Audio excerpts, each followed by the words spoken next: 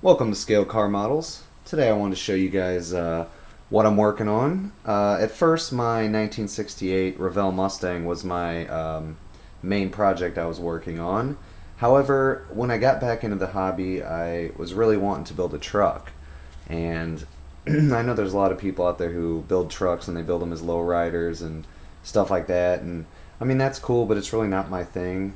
I'm more into the truck, a truck the way it's supposed to be, hauling stuff around and stuff like that. So this is going to be, I know there's some other people out there who do trucks and they'll do them as, like if they have a diorama, they'll have it as their shop truck or something like that. So I decided this is kind of going to be like a farm truck, some guy on a farm, an old 1965 Chevy. And what I'm going to do is, as you can see here, I don't have the bed on there. I was just doing a quick mock-up. I'm going to build a scratch-built flatbed for this truck. Nothing too fancy, but I'm going to have to build up the rails here.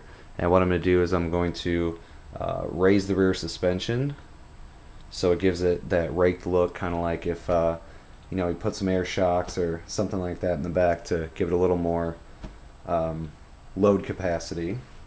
And it's going to use the stock 283.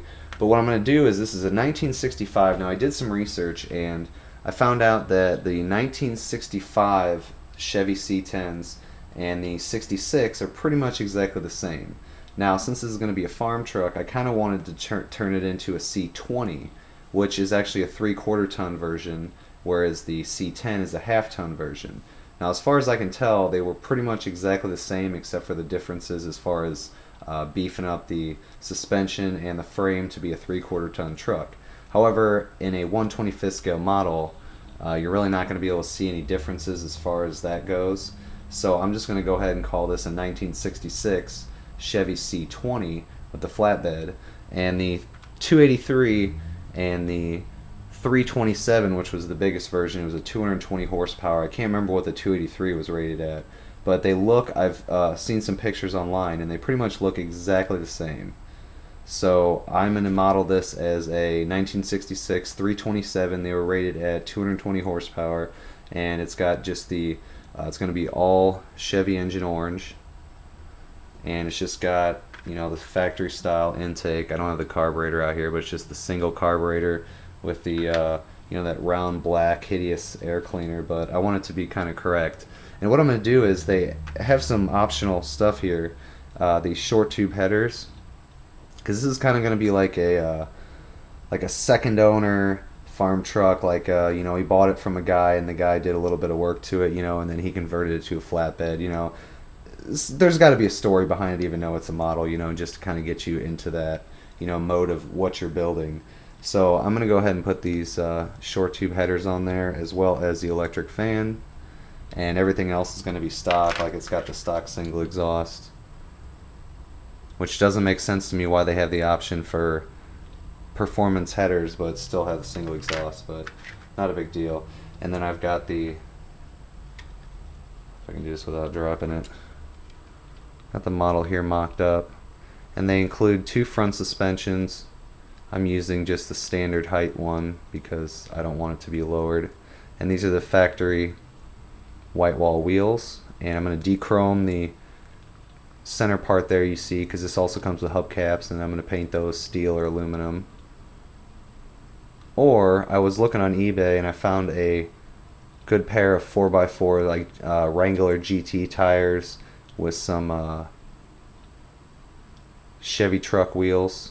Some newer Chevy truck wheels. I think they were like 8-lug wheels or maybe 6-lug, and thinking about maybe getting those to give it a beefier look.